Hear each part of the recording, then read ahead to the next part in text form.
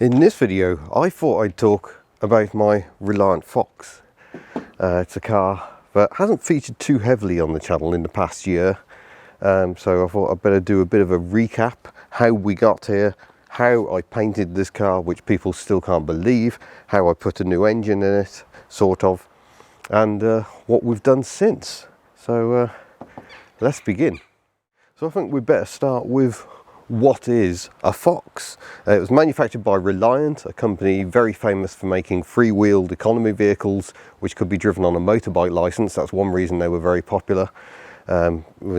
Motorcyclist gets his family, suddenly the family don't want to travel in motorbike and sidecar, so a proper free-wheeler is deemed the thing to go for. Reliant also made several attempts to get into the four-wheeled market, both at a sports car scale with the Sabre, and then more successfully the famous Scimitar, including the funky GTE estate version, and then with small economy versions, which always struggled because they didn't have the same tax cuts as the free-wheelers did, and they were more expensive typically than the competition. So it started with the Rebel, which ran alongside the Regal in the 1960s, and then in the 1970s the Kitten, which was the sibling to the Robin, very similar styling by Ogle, a very fine design company. The platform of the Kitten was developed for the Fox. Now the Fox was originally Greek. It was the Mabea Fox, built on largely a Kitten chassis, and with a few detail differences on the front suspension. But Reliant decided to actually bring that design to the UK. They tweaked the styling a little. The Reliant versions have this funky little chin spoiler. Just adds a bit of depth to the front end, if you like. But not hugely successful. Exact production figures seem a little unknown, but it's somewhere in the region of 600 produced. Foxanne here is quite an early one. The A plate tells us she was registered at some point between August 1983 and July 1984. She is a 1983 example. Production stretched on until the late 80s, but literally very few. Beauty of this car is, because it's fiberglass, they had the moulds. If someone did order one, they could knock one together quite easily. They raided the parts bins quite a lot. These are Fiat 126 headlamps. I think the indicators are shared with the Reliant Robin and possibly the Vauxhall Viva. The windscreen is out of a Fiat 127, and all the interior components, again, largely robbed from British Leyland in terms of the switchgear, the internal design, very similar to the Robin. Mine has the benefit of Volvo 340 front seats, which is not something you would normally see. But it is a pickup with a little load bed carrier on the back, but there is no cab. There's no window on the back, it is open. You could order a separate little pickup bit. You could have a canvas roof on the back if you wished. There were various options, but most are in this form with the open back and the hardtop on the back. Easily remove the hardtop. It's just a few 10mm bolts, as I remember rightly. Let's show you what else we've got going on at the back. So we've got a split tailgate going on here. We've got some very generic rear lights, just from the Lucas back catalogue, I think. Does it say Lucas on them? I can't really tell, but you'd find them on trailers and all sorts. But it's a split tailgate, so we've got that little lift up section. Got some names here of patrons who supported the painting of this car. A couple of twist knobs in the back, and it very easily opens, and you've got a little drop down tailgate with no check on it, it seems. This was the original interior colour. The original exterior colour of this car is a little unknown. It was painted dark green when I got it. You can see some of the dark green remaining here. I then painted it with a brush and household emulsion, which I then sealed, and it has so far lasted really well. I have no idea why there is a random sock in the back. I think that sock has seen better days.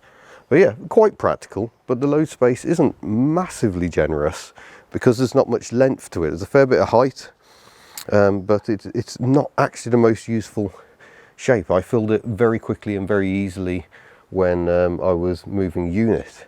We've got a spare wheel just sort of floating around in there. We've also got a Toyota Gazoo Racing beanie hat. That's very warm, bobble hat even. So yeah, it's sort of practical, but sort of isn't. It's a fairly low payload as well. because it's only got a little engine, and I think the little engine is probably what we should look at next. Now, during the course of the restoration, I had problems with this bonnet hinge. It already pulled out of the body. I did try fixing it, but apparently I'm no good with, I'll just move that Allen key, I'm not sure why that's there. I'm not very good with fiberglass, so it just pulled out again. So I made the executive decision to just fit some bonnet pins instead. So it would normally be a tilt forward bonnet, but that's actually really annoying. That just completely gets in the way. It sits around looking really prone to getting damaged, so I actually prefer having an entirely removable bonnet. And here we can see, I'll bring you in for a closer look, the diminutive little Reliant engine. Now, there's a lot of myth and conjecture about these engines, so I'll try and clear some of that up. This is an 850cc all alloy 4-cylinder engine. Overhead valves, distributor down this side with a fuel pump, thermostat here, a little tiny radiator at the front, and the exhaust goes off on this side. So it's not a cross-flow design. We've got a tiny little SU carburetor here, a big heater blower here to blow hot air into the cabin. But this is Reliant's own engine, and there's a lot of people who say it's developed from the Austin 7. It really isn't. The Austin 7 engine was a side valve engine, a very different design. I think the confusion arises, excuse the cows, because Reliant did actually build the 7 engines under license and develop them along the way. Oh, shut up. It is said there is no crossover in parts between the later Reliant engines and those Austin 7 engines, but I think it was 1962, somewhere around there, Reliant developed this engine itself. Now, it's very close in design to the standard Triumph engines used in the Herald, the 948 series, but these started off as 750cc in the Regal and were then stretched up to 850 later on, and these were used right to the end of Robin production in the early 2000s. So it's a punchy little unit. It's very tunable. The 750 Motor Club used to run Austin 7s. They later switched to the Reliant engines because you could get so much more power out of them.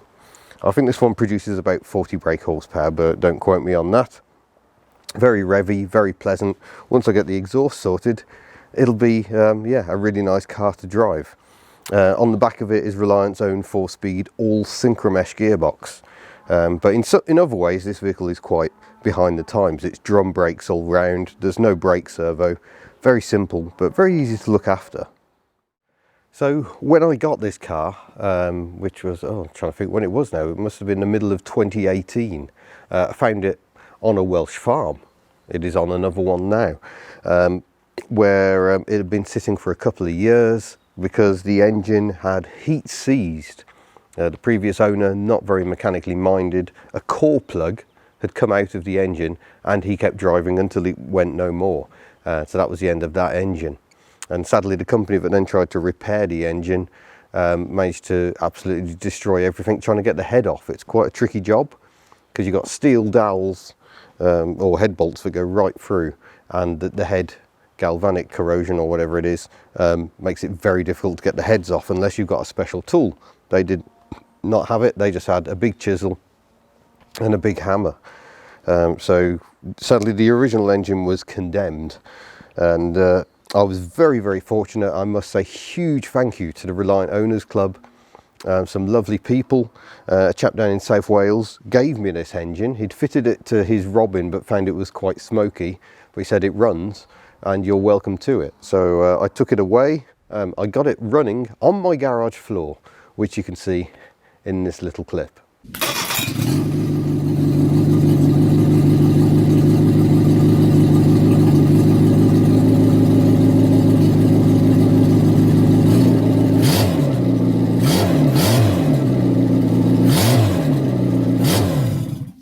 So having got the engine running, then had the entirely awful job of trying to get the engine in, and my wife at the time, this isn't why we're divorced, I should point out, helped me get the engine in. It was a nasty job, and then after getting it in, I discovered I got an issue with the clutch, So the engine had to come back out again, at which point Rachel and my friend Andy were both roped in to drag the engine out, which made for another entertaining video, slightly invaded by George the cat that day, as I recall. And then the engine finally went back in again. A friend came over, very helpful. He also helped me fit the windscreen. We got the engine back in, and it's since been fine. It does burn a bit of oil, it does use a bit of oil on longer trips. The temperature gauge reads too high, but I think that's Duff temperature gauge. I have fitted an upgraded radiator, the electronic ignition, and I'm happy that this is running pretty well. The only issue, like I say, is the exhaust manifold, the downpipe. One of the bolts has gone, so the downpipe's not being held very well to the manifold. It's very, very trumpety, is probably the polite way of putting it. I've also got another issue. I can't seem to get the carburetor tuning right, so it's not running very well on choke. So I generally have to find I have to get the engine warm before I can go for a drive. And I think that's probably our logical next step, is to take this car for a drive and see how she goes. Right, I've just topped up the engine oil, and I've made some changes to the carburetor settings as well. I noticed there's idle controls for cold and on choke. So we'll see if that's made any difference at all. Imagine it'll take a bit of cranking because the fuel will have to come through. A few weeks since you last ran.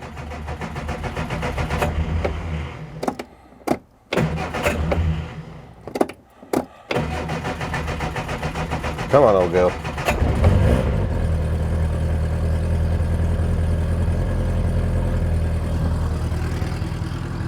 Oh, that sounds like a massive improvement to the cold running there.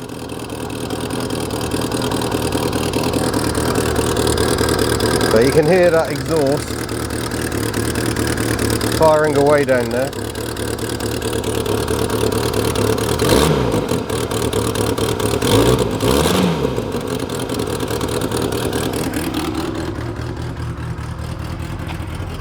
Try a bit less choke.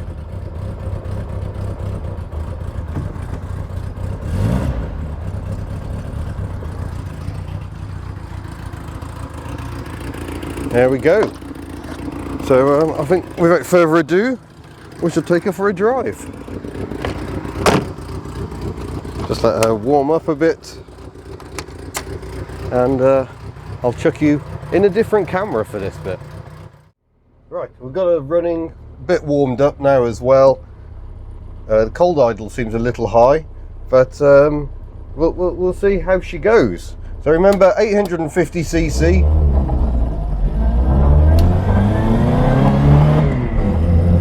Very revvy little engine, very oldie worldy gearbox noise.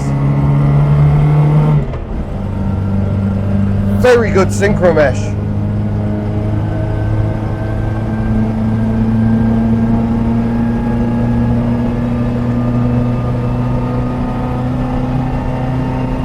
Slightly uphill, but that's us getting on for 60. The speedometer underreads slightly, which is slightly alarming. The temperature gauge I don't trust entirely. I'll slow down for a 40 limit. The fuel gauge works not at all. The oil pressure gauge isn't hooked up. The voltmeter works. So, you know, got a reasonable spread of gauges really. But it's indicators left, wipers right. Speaking of wipers, I'll turn you around a bit. They are very big. Actually, massive overlap going on, but I think the springs are a bit tired, so they don't actually clear all that well. But I'm living with it for now. It's a very scratched windscreen. I got it second hand. Little disappointed with the condition, to be honest. But Fiat 127 windscreens, not very easy to get hold of apparently. I'm just going to go and nip to a petrol station because I've got no working fuel gauge. I've also got a fuel leak, which I would like to get to the bottom of. I think it'd be good to get rid of that. So I need to run the tank low. I've got a little jerry can with me to fill up, and I can just drive around until the fuel runs out. And then I can drop the tank out, have a look and try and work out what's going on. But it's fairly noisy with that blowing exhaust. And with no load in the back, the ride's quite bouncy.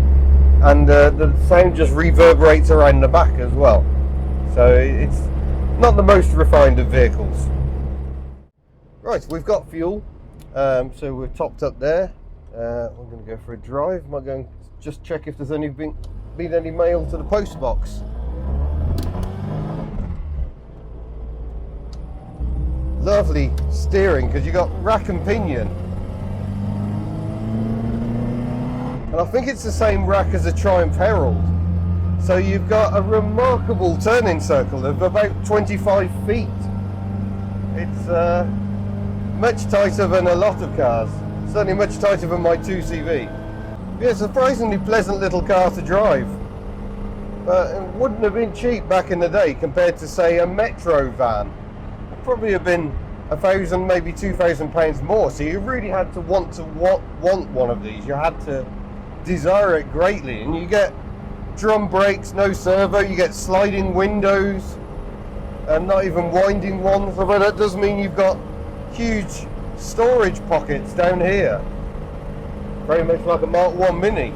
Yeah, I like it. It's a good little thing. I need to sort out the suspension, sort out that exhaust, sort out the fuel tank.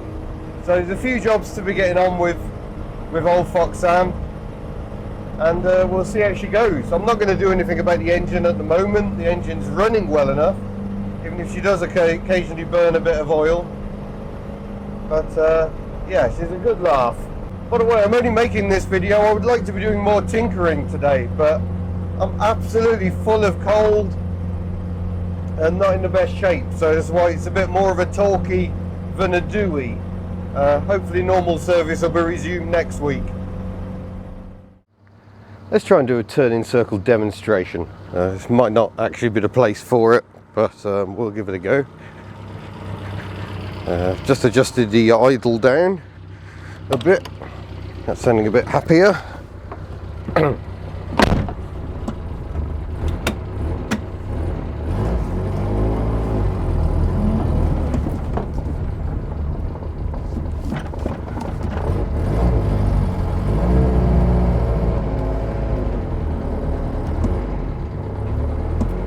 Oh, that's very, very close.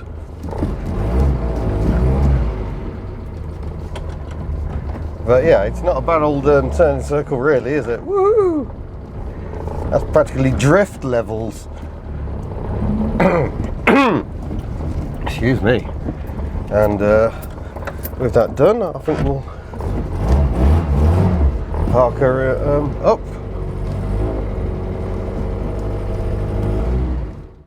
So there you go. That's a bit of background about beautiful little Foxanne, the pickup. I have actually very recently, even yesterday, I was thinking, do I really need this car? Should I sell this car? And even spoke to Adam at the Reliant Owners Club for evaluation. But no, I don't think I can bring myself to do it. I mean, she's got the hub nut branding, which I painted myself on the sides. Actually just free-handed some templates that enabled me to come up with that. And I still feel I just haven't done everything I want to do with this vehicle. I think it's such a good basis for further experimentation. I haven't got the engine running perfectly yet. Believe it or not, the ignition timing I've just set by hand. Going, oh, that's too advanced, that's pinking, and then retarded it a little. So it's tuned by ear, it's got the exhaust leak. The handling, I hit a bump this earlier and the front end was jumping all over the place, which is either warm triangulation bushes, there's little strut rods that come out the front, or knackered dampers. Could easily be knackered dampers. I doubt they've been changed in years. So there's lots I still want to do to make this car better, and hopefully you will see that in future hub nut videos. Of course, there is so much else to do here. Let's have a quick update on the fleet while we're here, because people always ask. Ellie's sat here. She's now running beautifully. Headlamp switch sorted, wipers sort of sorted. But she'll be having an easy few months. We're getting to the time of year I'll take the cars off the road for winter, and I won't actually park any of them up permanently, but I will be reducing my usage. Not that I'm doing much anyway at the moment. Took, you may notice, has moved. I've changed her orientation, which is all about leaving some space at the front, in front of Ellie, so I can work on the Rover or whatever and have a bit more space. Another good thing about the Reliant, it is so light. It's about 500 or 600 kilograms, so about the same as a 2CV, to be honest. So you can push it around so easily, which is just lovely. Big heavy cars, pain in the backside. But yeah, tuck's wedged this way. She's got a seizing brake on that side. She did come out for a run last week, and a pretty significant engine oil leak that I need to get on top of. So that's the winter project for this, as well as sort out the glass I still haven't fixed. The Yugo, I would like to start this project. It is disappearing. All this Delica interior stuff I forgot about should be going this weekend. Incidentally, the Delica is now welded. It is MOT'd. It has a bigger turbo. It's been painted. So I'm not meeting up with the Delica, but I'm meeting up with the new owner this weekend. So that'll be interesting. And driving one of his other cars. So he's collecting all that. And then the Sana will be slightly less buried, and I can hopefully carry on with it a bit more. And poor Myrtle is sat here. It's mostly money that has stopped me doing anything further with Myrtle. She needs a battery. She needs an MOT. She needs tax, insurance. It all adds up. So poor little Myrtle is just sat here waiting for a moment. But I'm quite interested in the idea of getting her out to share some of the winter mileage while the classics are seeing a bit less use. So we'll see what we can do. I mean, again, a ridiculous purchase really. I could just get rid of Myrtle, but she's worth so little in financial terms, it's not worth selling her. And given I've got that personal link, I bought this car new in 1999, then sold her after 18 months and then bought her back 18 years later. There's an interesting story there, which is far more interesting than the car itself, arguably. And there is another vehicle I am trying to acquire right at this very moment, just in case these vehicles somehow aren't all enough. Of course, I've still got the Rover. The Rover's at home today. And Giselle, the GSA, is also here. She's got some jobs. I need to try and get rid of that fuel stink because it's driving me absolutely up the wall. I've got tyres to fit, alignment to do. There's always plenty of stuff to do. And being knocked out for a few days hasn't really helped with any of that. But nonetheless, that's the state of the fleet at the moment. That is a state of the fleet address, I guess. And more specifically, a look around Foxanne. So yeah, thank you very much for watching. Don't forget, you can head to the Hubnut store and buy all manner of goodies. We should have Triangle of Doom t-shirts back in stock by the time you see this video, so that's exciting. I'm working on a new type of larger mug. We've got the calendars now available, beanie hats are available. We might well be getting some more hoodies done for the Power Less is More. All the Elliversary stuff is still available. May have entirely overestimated how much Elliversary stuff would sell, so that's my stupid fault. But yeah, all this stuff is on the store at hubnut.org. And yeah, basically I'll look forward to seeing you in a future video. Farewell.